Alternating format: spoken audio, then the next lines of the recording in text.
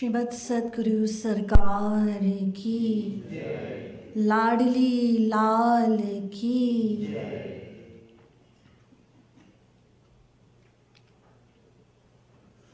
प्रथमं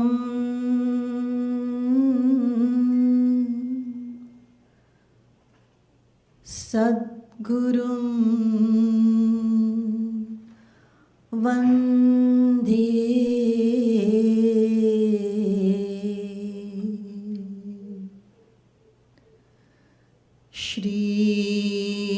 श्रीकृष्णं तदनन्तरं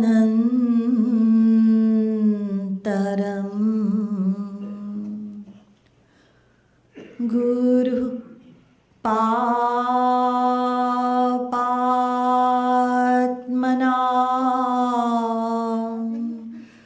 त्राता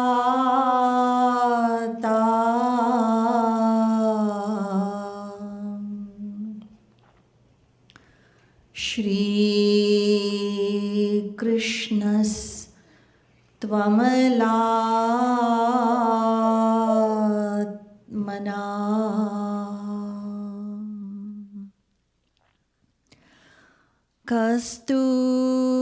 कस्तूरी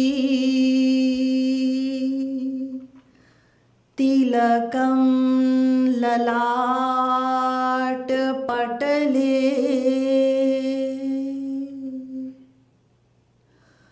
वक्षस्थले कौस्तुभम् नासाग्रे वरमौक्तिकं करतले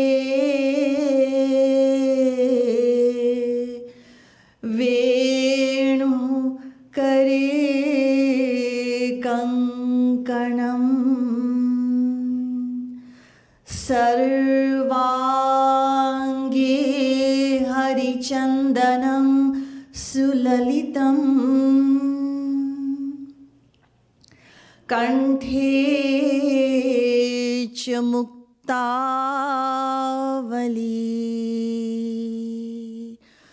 गोपस्त्री परिवेष्टितो विजयते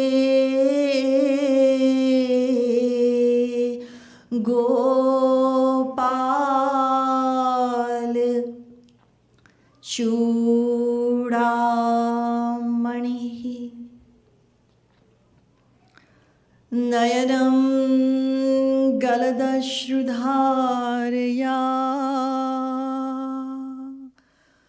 वदनं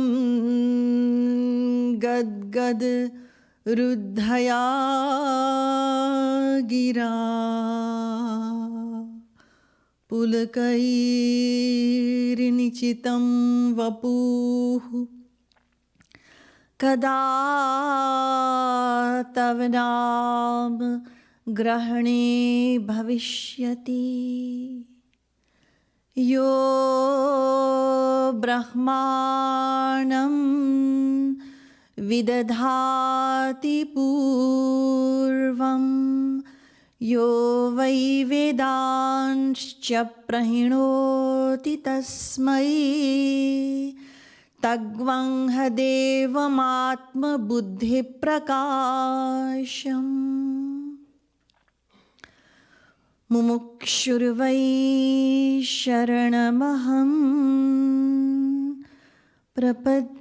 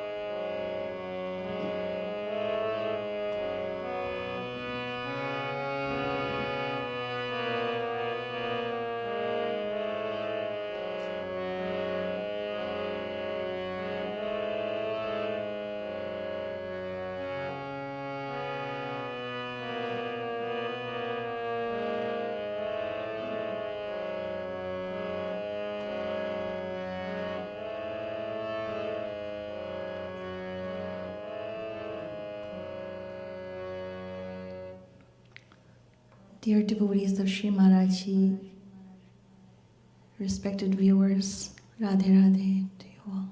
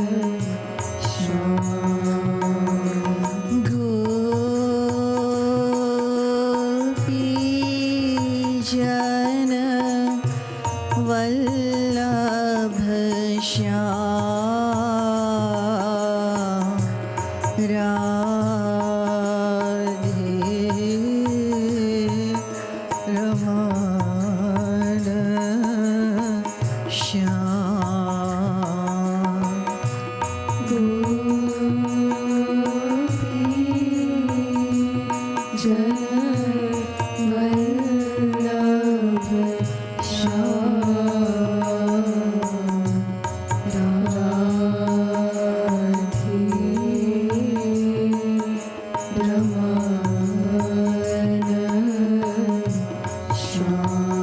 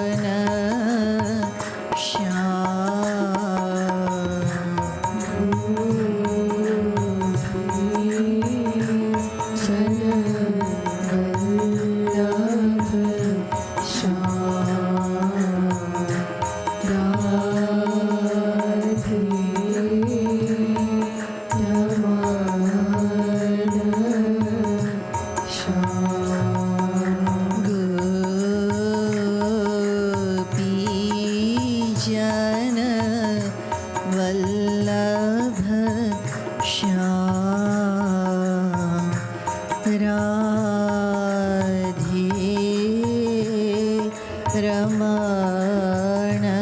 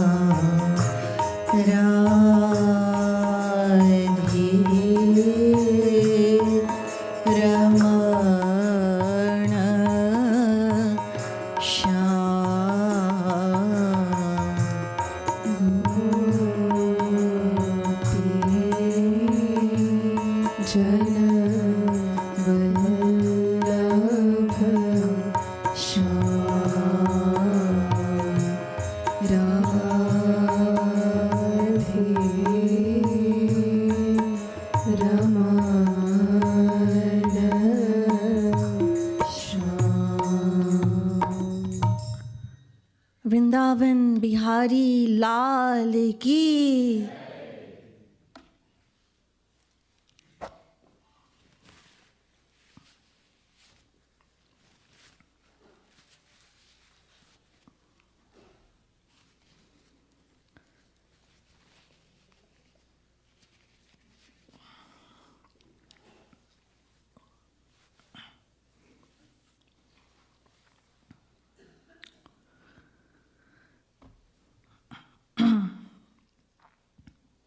Respected devotees,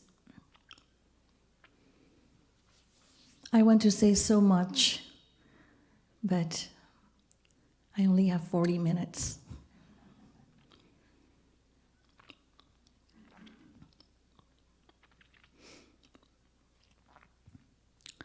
Last night, I shared knowledge on the topic of desires. As souls under the influence of Maya, wandering in ignorance,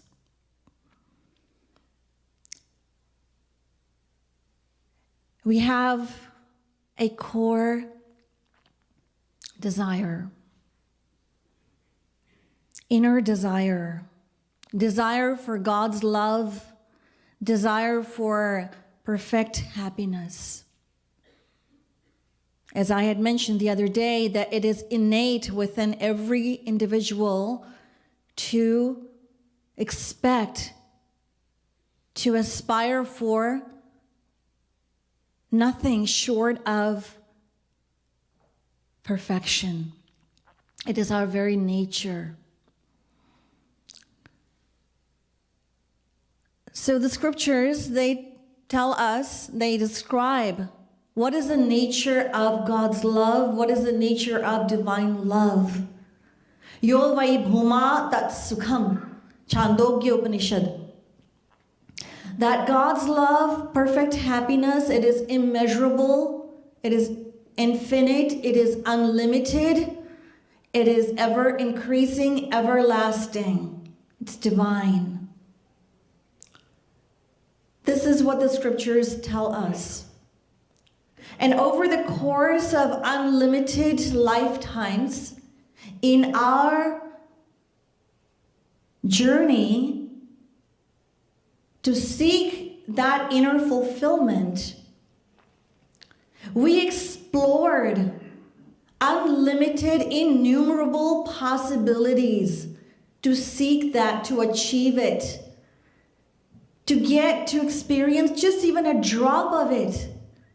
Unlimited possibilities. We were on an expedition. But sadly, every endeavor ended in what? Disappointment, sorrow, misery. That is where we ended up, experiencing that void within us consistently. Once there was a man who went to India to visit India and experience everything about India. So this visitor to India, for anyone who was born and brought up there, for this man, everything was fascinating, very new, very foreign. So he found everything very fascinating. So he stumbled upon a situation that he had obviously never experienced before. So what he saw was how people of the villages, they buy vegetables. Cities and the villages, how they buy the vegetables, how they bargain with the vendor, etc. They don't have supermarkets. Maybe they do these days. I don't know. I've not been to one. But in India, typically, just they spread a piece of cloth or something on the ground, and then they pile different kinds of vegetables. So everyone that came to the vendor bought a different kind of vegetable. But everyone that came to the vendor also bought from the one pile. So this visitor, as he was watching and observing, he thought that no matter how different everyone's tastes are, everyone is buying from that one pile, so whatever that is must be fabulous. And since I'm here to experience everything about India, I must not miss out on that experience. So he went to the vendor and he said, "Give me a lot of this." In Hindi, we call it mirchi. In English, it's a chili pepper, many times hotter than a jalapeno. Anyway, so he went and he said, "Give me a lot of this." And he bought it. And so he sat down and set it in his lap, and with great expectation, he took one out and stuck it in his mouth, chewed it, swallowed it. One can imagine the sensation. His mouth was on fire, his ears were smoking, his eyes were running, but that did not stop him. He reached in the bag for a second one, he ate that, and then a third one. And of course, as he was reaching for the fourth, the vendor came up to him and he said, "Hey, what are you doing? I can see that these chilies are causing you so much pain. Why are you doing this?" And the innocent man said, "I'm looking for a sweet one." He said, "I'm looking for a sweet one." We are that innocent man in this story, all of us. Because day after day, week after week, month after month, year after year, we are looking for, and with full hope and expectation, that soul consoling happiness, we will receive it. We will get it. If not today, for sure tomorrow, and if not tomorrow, definitely in the future. Yes, one day it will come to me. This is what our expectation is. We seek it. We are relentlessly looking. But the fact is that if it doesn't exist, no matter what we do, no matter how much knowledge we gather, how many possessions we accumulate, how many prosperity courses we take, it doesn't matter what we do. We cannot make a chili sweet. We cannot make this world a source of perfect happiness. It just doesn't work.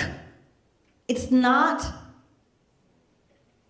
the attribute, if you will, of this world. And why? Why do we relentlessly seek? What is the reason? Man maya te hi banyo, maya te sansar, radhe radhe, ya te man bhavan sada, yah sansar asa Radhe Radhe. Bhakti Shatak. Because as I explained yesterday, our mind is a product of Maya. It is made of the 5 structural elements: earth, water, fire, air, and space. And so is this physical world around us. And so, when 2 objects or 2 things are of a similar nature, they attract each other.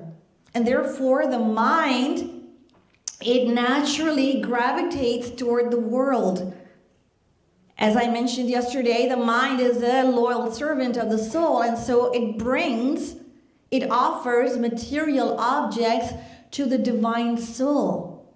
And because these objects are not the desire of the soul is ever searching, seeking that happiness. So our predicament is that we cannot stop. We cannot stop seeking because it's our very nature. We're eager, we're earnestly looking. We will not be able to rest for even one moment. As Sri Krishna describes in the Gita, Nahi kaschit kshanamapi jatu tishthatya karmakrit. This human mind cannot rest for even one moment. It's constantly restless. So we cannot stop seeking.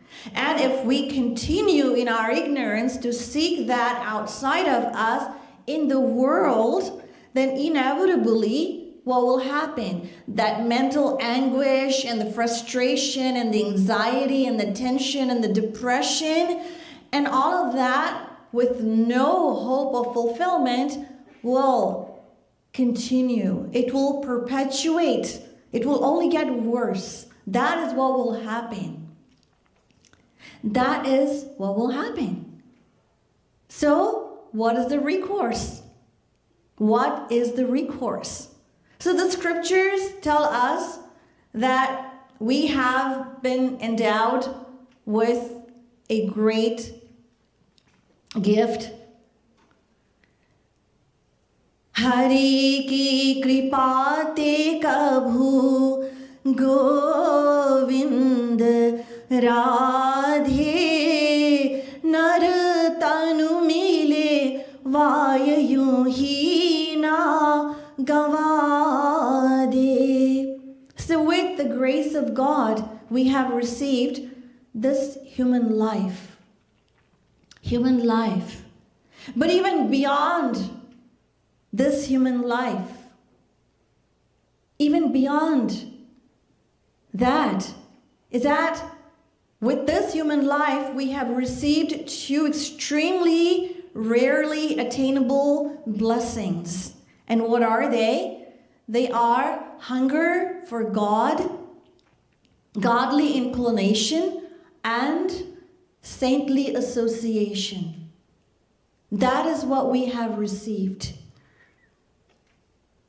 So our birth is in fact the highest human birth, because each and every one of us sitting here, and even those who are virtually in this satsang, all of us have these 3 extremely rarely attainable gifts: human life, hunger for God, and hunger for God we should never underestimate. Sometimes we take it for granted. We don't really appreciate the value of this aspiration that we actually have. Hunger for God? Yes. That is the ultimate hunger an individual could have. Hunger for God. So we should never underestimate this aspiration. In fact, we're allowed to do this. What? Give ourselves credit. Yes, it's okay. So, we have. And even the greatest authorities of knowledge, Saraswati and Brihaspati, cannot find words to describe our extreme great fortune for what we have been given. All these gifts that we have, No, they cannot even put it into words how extremely super duper blessed we are. We are. So, what's the recourse? We have been endowed with these gifts. The Vedas, on the other hand, there's an analogy in the Vedas that explains our plight as individuals and what? And the harmonious relationship between the body, the mind, and the soul. So the Vedas, it is described in the Katha Upanishad, Atmanagvam rathinan vidhi shariragvam rathamevatu buddhim tu sarathim vidhi manah pragraham cha indriyani hayana vishayagvam steshu gocharan atmendriya manoyuktam bhokte tyahur manishinah.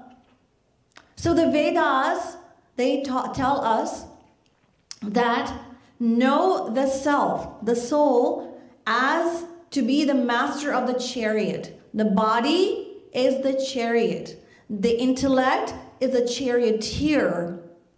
And the mind is the bridle. And our five senses are horses yoked to pull it, to pull this mighty chariot. So God has endowed us with this chariot, this human birth, this human life. But we have been riding this chariot since time immemorial. We've been riding in it. And even so, after riding it for so many lifetimes, innumerable lifetimes, we have not yet reached our destination.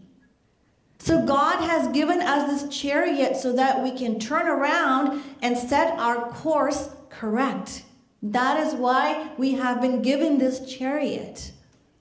So what is the recourse? What to do? So the scriptures tell us that we govern the mind and the senses with the intellect according to the instructions, according to the guidance and the teachings of a God-realized personality. Of a God-realized personality.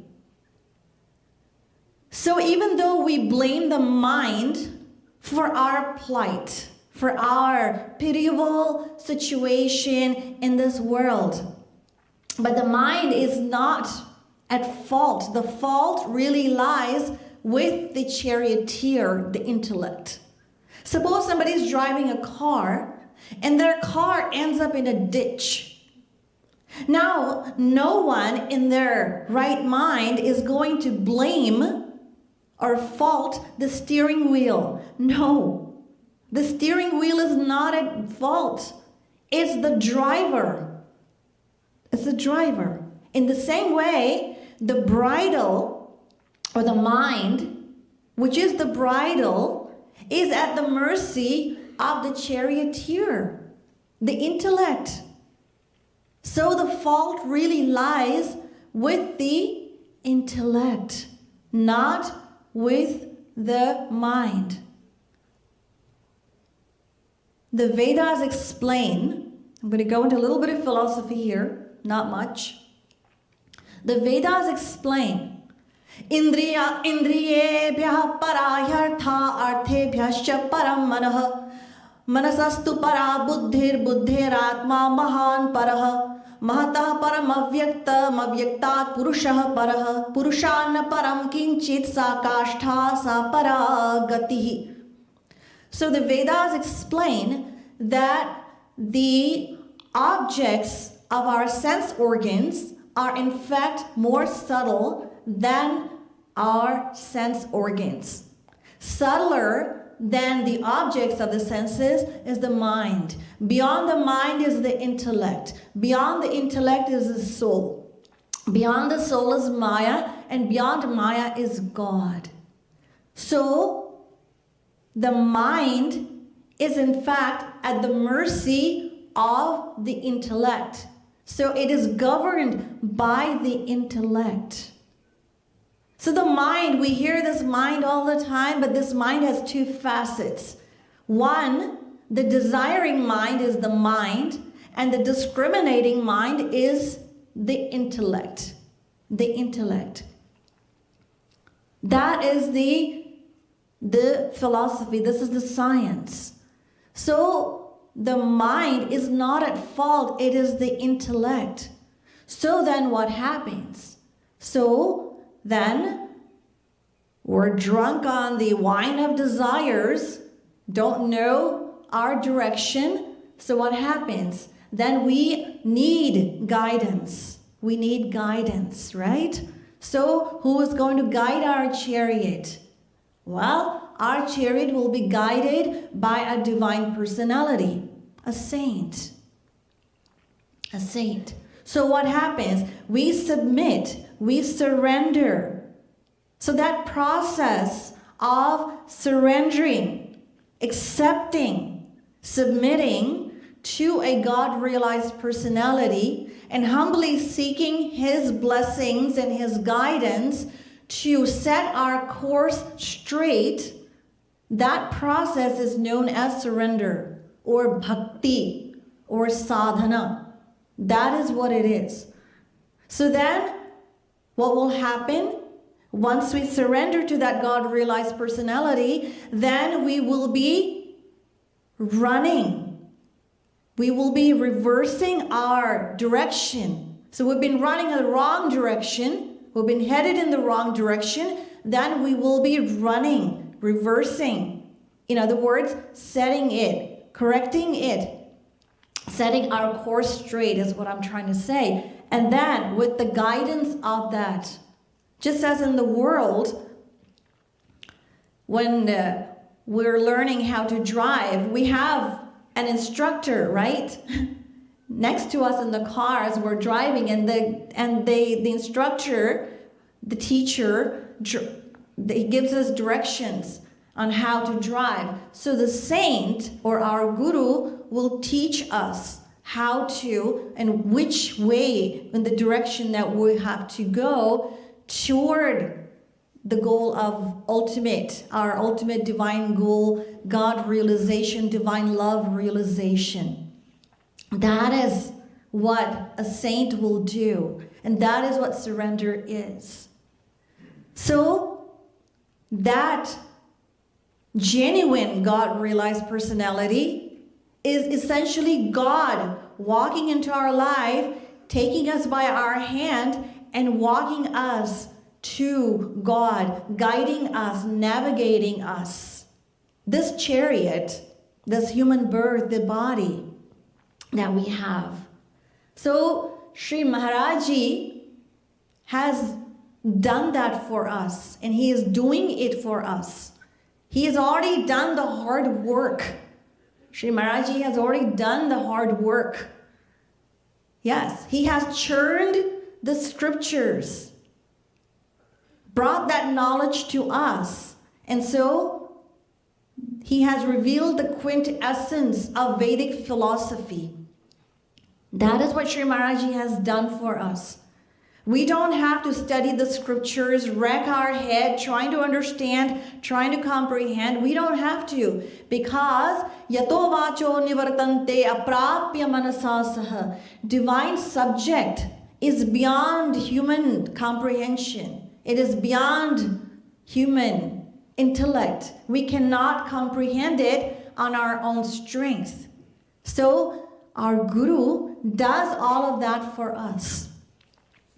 Sometimes I think of this analogy that I've kind of created in my own head. Just imagine if somebody grows vegetables and then they go and pick those vegetables and then they wash them, cut them, chop them, cook them. They do everything and then they present it to us. They give it to us.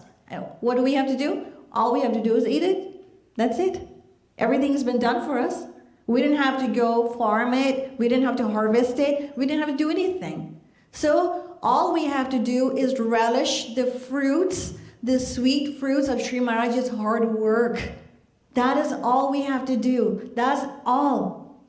So Sri Maharaji is holding that pot of nectar, of bhakti, devotion, sadhana. And what is he telling us? Just come drink it.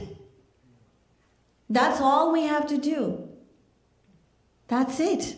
He has made God realization shockingly simple for us. What more could we expect?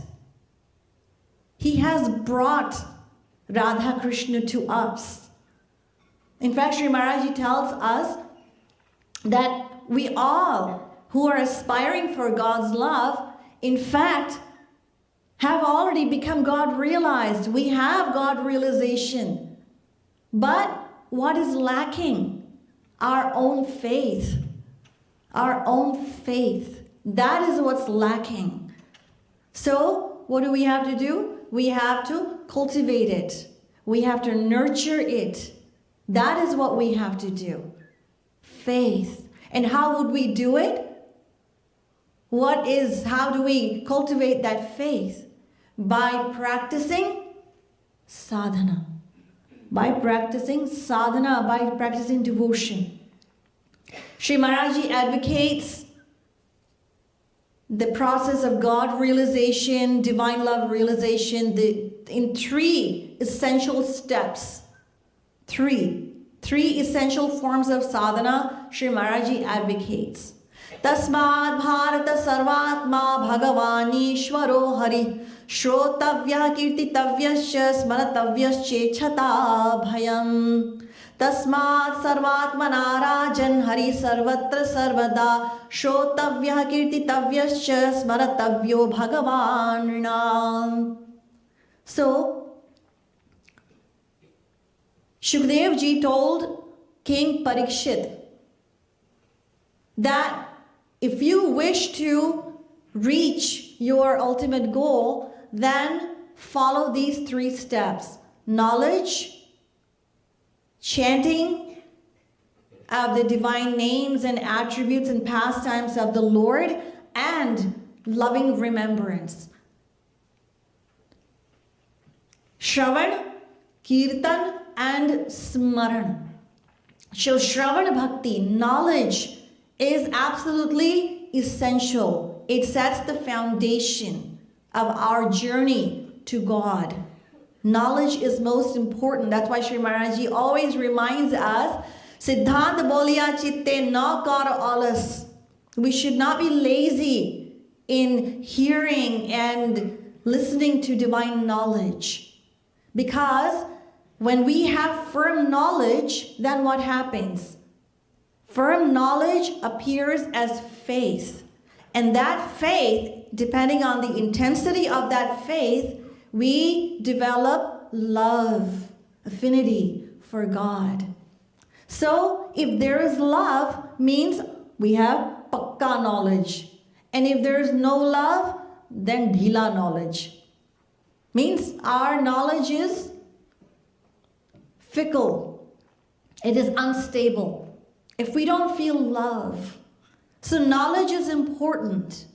And then we practice. We put that knowledge into practice. Practical knowledge. So the practice is twofold. The practical application of the knowledge is twofold.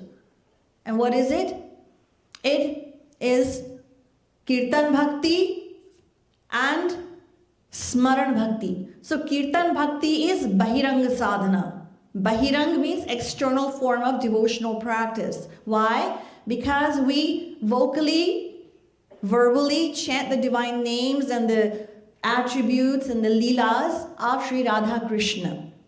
So it's Bahiranga Sadhana. And the other is Man Ki Antaranga Sadhana. So we engage in loving remembrance, engage our mind. So while we chant the divine names of God, what does chanting of the divine name of God really mean? Tad japas tadartha bhavanam, yoga darshan. Jap hoya kirtana govind radhe, roop dhyan bhi ho yog darshan, bat So Yoga Darshan describes that whether we chant the name on japa beads or whether we actually chant the divine names or sing the divine names, it is absolutely imperative that we engage our mind in loving remembrance. Rupa dhyana bhi ho, yoga darshan bata de. And that is why Sri Maharaj tells us that in Rup Dhyan, what do? We bring the form in front of us first, just as we do in the world. This is something we do, but maybe we don't think about it in the world. What do? We remember the form. Jag mein bhi kahu ko Govind Radhe Purva Rup Dhyan Pache Naam Le Bata De Pahle Bulavo Hari Govind Radhe Pache Hari Naam Gun Leela Suna De. Just as we do in the world, if we remember anyone, their image comes in our mind first, and then we utter their name, right? So after these lectures are over, perhaps you might remember me. And so when you remember me, what will happen? My face will come in your mind first, and then you will say, oh yeah, that Diwakari Didi. She was saying this, and you know what? I'm not sure if I agree with her, but it's okay. So my image will come, but please don't remember me. Remember Maharaji. So what I'm saying is the image comes first, and then we utter the name. So this is exactly what we do in devotion. We bring the form of God, whose names and leelas we're chanting. Today is Janmashtami. Oh, Shri Krishna appeared on this day. So we bring Shri Krishna in front of us, and then we remember his name. So that is what Kirtan Bhakti, the essence of Kirtan Bhakti is. Just vocally chanting and mechanically repeating the divine name is not Kirtan Bhakti. Although Sri Maharaji says something is better than nothing, it's better to say Ram Ram than to say Gadha Gadha. It's better, but it is not the proper way of remembering the divine name. It is not. So it is crucial that we bring the form, loving remembrance. It's very important. That is what we have to do. So remembrance can be in our mind, internal. We can imagine the form of Sri Radha Krishna, Sri Radha, just in our own imagination, or we can take the help of a picture or even a deity for that matter. There was once a mother-in-law and daughter-in-law. So the mother-in-law had to go on a trip. She actually had a deity of Thakurji, of Shri Krishna. And she worshipped Shri Krishna with deep faith and reverence. So one day she had to go on a trip, and she decided that it would not be a good idea to bring along her Thakurji, for she will not be able to offer her daily devotional services as she has been able to do at home. So she decided that I am going to entrust this responsibility to my daughter-in-law. But my daughter-in-law actually is a bit dull-witted when it comes to something like this. But given no choice, she decided to give that seva to her daughter-in-law in her absence. So she called her and she said, I am going away on a trip, and so in my absence, you will be serving Thakurji. And in my absence, how will you serve him? Here's what you will be doing. In the morning, ring the bell 3 times to wake him up. And then offer him Mangala Bhog, means breakfast. And then after that, give him a bath, adorn him, dress him. And then after that, hold a mirror in front of him and make sure he smiles. Make sure he smiles. And then after that, give him Raj Bhog. It's a big rasgulla. So after that, do that.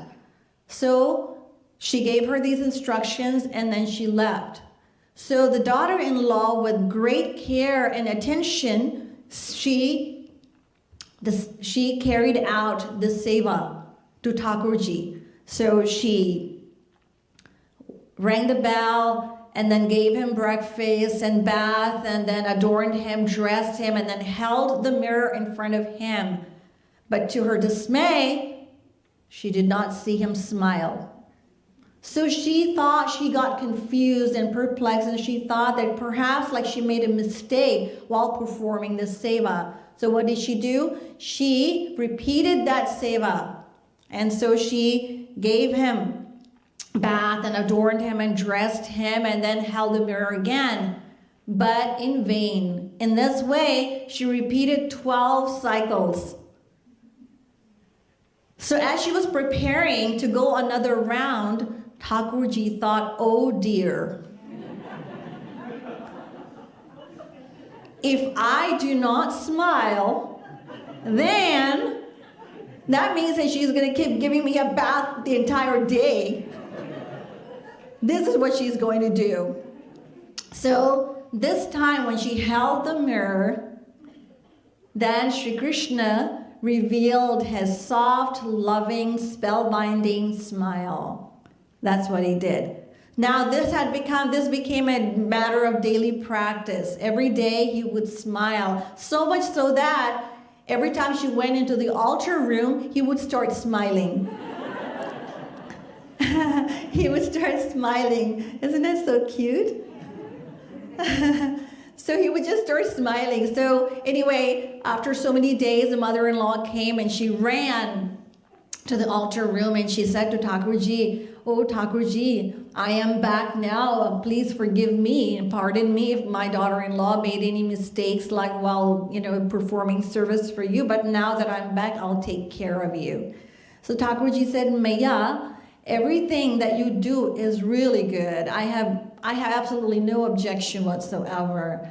But please allow your daughter-in-law to hold a mirror, because at least that gives me an opportunity to smile. So the point is that this is how we have to serve the Lord, in our mind, or as I mentioned, in this way, like if we have a deity, then we can serve, but with those sentiments that he is actually really and truly in front of us.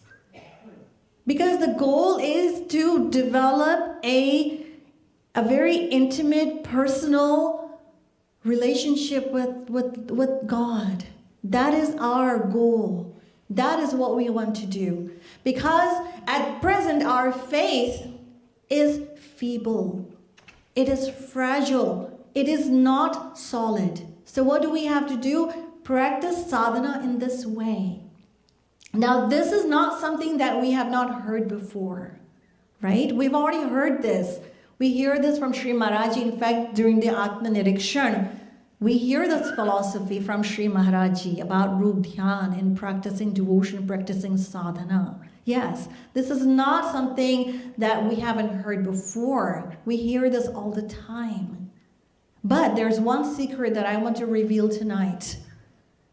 The devotion that we practice, you see, if we follow the guidelines of our Guru, yes, we practice, but the result or the outcome of our practice, who gives that to us?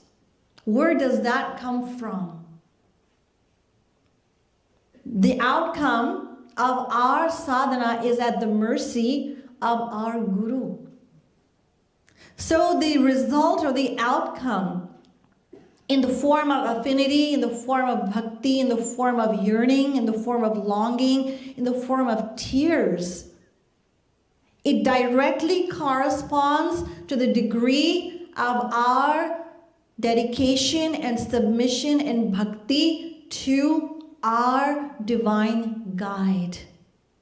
Because our divine guide is in fact the source of the experience that we receive.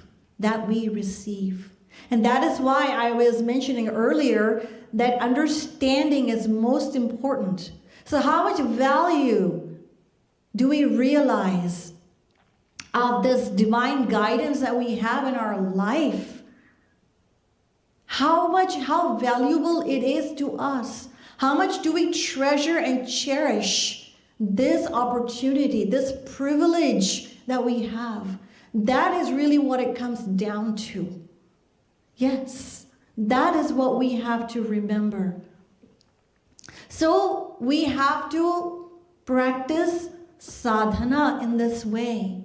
And what will happen with the grace of our Guru, our heart will gradually purify to the degree of our dedication and our commitment and our faith in our divine guide. And the most beautiful thing about our Guru in our life is that our Guru never leaves us for even a fraction of a moment. And when I say this, I mean that when we are changing our course, when we are running toward God, we're not alone in our journey. Our Guru is with us at every step. It's just like a mother. A mother, when the child is learning to walk, the mother is watching. The mother is there. The mother is there to protect. The mother is there to save. The mother is there to make sure that her child does not fall, does not get injured. So our Guru is with us every moment. He's watching us and he's with us on the journey. He's running with us. When we're running, he's running. When we stop, he stops and wonders why we're stopping. What's up with us? Why? So then what he does, he never just sits back. He will continue to inspire us. He will continue to formulate different ways. In fact, 2 days ago when Chirag played that intro of the museum project, at the very start of that, what did Shri Maharaj Ji say to us? Hamara daily ka ek hi karyakram hai. I only have one. There's one thing that I do every single day. I have only one work. What is it? To inspire, to elevate, to uplift souls in every which way I can, to evoke those feelings of love and affinity in their heart. And Shri Maharaj Ji has done that for us countless times. And the most beautiful thing about this journey is that even though Maharaji is physically not in front of us, he is in fact with us. And he will be with us just like that mother until we can learn to walk, until we reach Radha Krishna, until they come to us face to face. Shri Maharaji will never abandon us. He will never leave us, and he never leaves us for even 1 second. So, Shri Maharaji is that divine guide, and that is the greatest blessing of this life that we have. What more could we expect? What more could we ask for? He is our everything, our mother, our father, our guardian, our inspirer, our mentor, our everything. And He is taking us to Radha Krishna. How blessed we are. How extremely fortunate we are. That even though we trip and fall and we're careless and we're negligent, and yet Maharaji never gives up on us. People in the world, when we keep making the same mistake over and over again, they give up on us. They lose hope on us because they lose faith in us, actually, because they think like there's no hope for us. But God and Guru, they never lose hope on us. They're always ever hopeful. So however many mistakes and defects and flaws we have, but that one virtue that we all have, which is our love for them, is all they care about. And that is what keeps them hopeful. They hope that one day we will reach. They never give up on us. So if we simply follow the guidelines and the instructions of our Guru, just like Saint Valmiki, Ratnakar his name was, he was Ratnakar. And what did he do? He just harassed people, killed them for their belongings and their valuables, and he stole them, and he just physically abused people. But when he found his Guru, who told him that the only atonement for these sins that you have committed is remembering the name of Sri Ram. So Ram, Ram, just say Ram, Ram. But because his heart was so sinful, he could not utter Ram. Instead, he said Mara. Not Ram, Mara. So his Guru said, that's all right. Just say Mara, Mara, until I come. Until I come. And Ratnakar sat down and did not question, did not doubt, no skepticism, no apprehension, none whatsoever. He just sat there and just remembered. Mara, Mara, Mara, Mara. And the ants took over his entire body. There was nothing left. But he became God realized. Became God realized. And so it is described in the Ramayana, Ulta naam japa jag jana Valmiki bhai Brahma samana.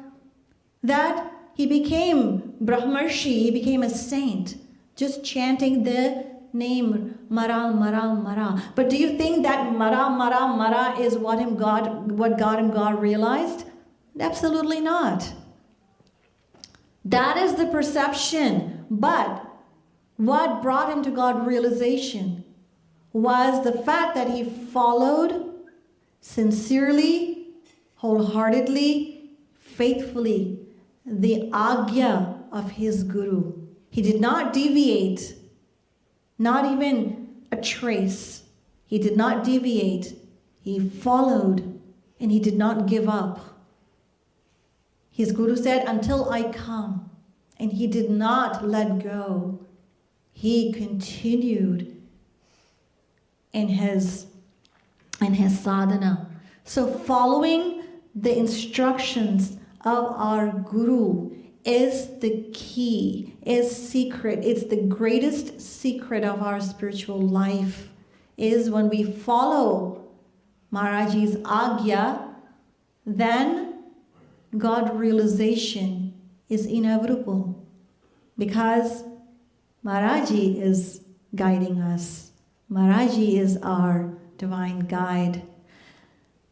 That is why, what's that pad?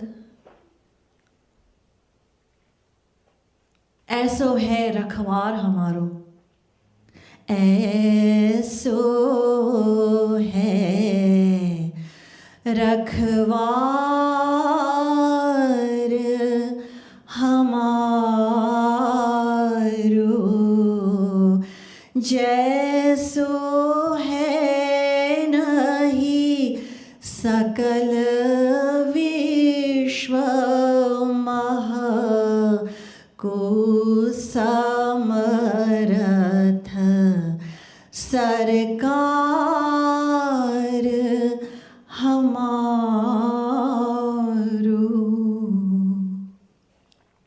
ऐसो है रखवार हमारो. So we have so much to be proud of, but not the bad kind of pride, the good kind of pride. And the good kind of pride is always infused with humility, with gratitude, with appreciation. And the bad kind is that which that distracts us from our devotion and takes us into the world. But we should be so proud and so elated and ecstatic that we have such privilege, such honor. We're so extremely, deeply fortunate. So when we practice sadhana under Sri Maharaj's guidance, then as the last line of this pad, this devotee asks for, "O Shri Krishna, give me residence in your divine abode, Nandagaon." So then we will receive that residence in the shelter of Shri Krishna's lotus feet in Nandagaon, in the divine Nandagaon, in Shri Krishna's divine abode, divine Golok. And then we will serve him and serve Maharaji and forever and forever. So I will leave you with these thoughts. I know I've taken a little extra time, but I know you won't mind. So, before you clap, I want to thank you all for coming to Radha Madhav Dham, and it's so wonderful to have you all here. And I know I have not been visible and have not been coming to the dining hall, but now my lectures are over, so I will be out and about. And if you have any questions or any queries or any constructive criticism, please, by all means, don't hesitate. Don't go by my looks. I have a serious face, but that's just me. You're definitely welcome to come to me, talk to me. If you have any questions, please, by all means, don't hesitate. And the New Year is just around the corner. I want to wish you from the bottom of my heart a very blissful, devotional New Year. And I sincerely wish you lots of Sri Maharaj's grace and lots of sadhana and all of the above. So, Srimad Satguru Sarkar ki, Ladli Lal ki, Jai Jai Shri Radhe, Jai Jai Shri Radhe, Jai Jai Shri